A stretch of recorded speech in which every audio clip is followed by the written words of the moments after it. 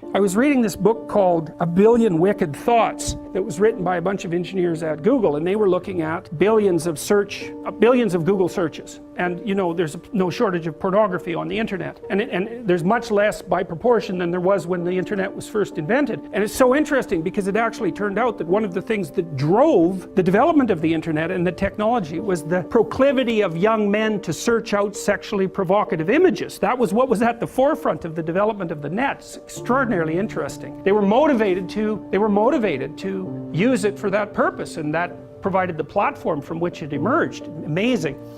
Anyways, the Google engineers looked at pornographic search processes and then segregated male searches from female searches, and what they found was that the males searched out images. Surprise, surprise, no one considers that, you know, particularly interesting, but the females searched out literary representations of pornography. It was written. So they did a plot analysis of the typical pornographic female fantasy. It's so comical because engineers did this, and social scientists would never do this because they'd be probably too concerned about the ethics of it or some damn thing. But engineers, you know, they'll just plow ahead with no concern whatsoever for such things, and they actually discover things that way. And so they discovered the basic plot of the female pornographic literary product. So basically what happened was that a innocent, well-meaning and attractive young woman encounters a male who's a bit of a monster.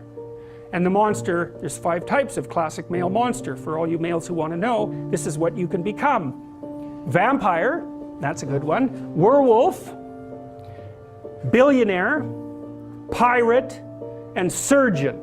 So there's predatory dominance that's implicit in that, right? With the billionaire, it's more abstract, but clearly that's an indication of very high success in the male dominance hierarchy. So, but there's this desire for aggression that's in that, a real aggression. But the basic plot is that the woman encounters this mysterious and aggressive male and tames him. That's the female hero myth, as far as I can tell. It's Beauty and the Beast. And so it's because, well, there's no fun in taming someone who's already tame. And what makes you think you really want someone who's tame anyways? There's no interest in that. Plus, when chaos manifests itself, what makes you think that someone tame is going to be good for anything? And it's a real question. And so that aggression is absolutely vital. It's absolutely necessary.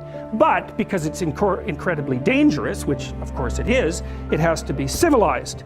And so what happens is that the archetypal female in these pornographic romances seduces and tames the aggressive male.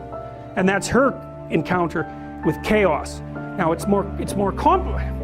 Of course, females, they're more complicated, and that's exactly how it is. And it's no wonder, because their lives are more complicated.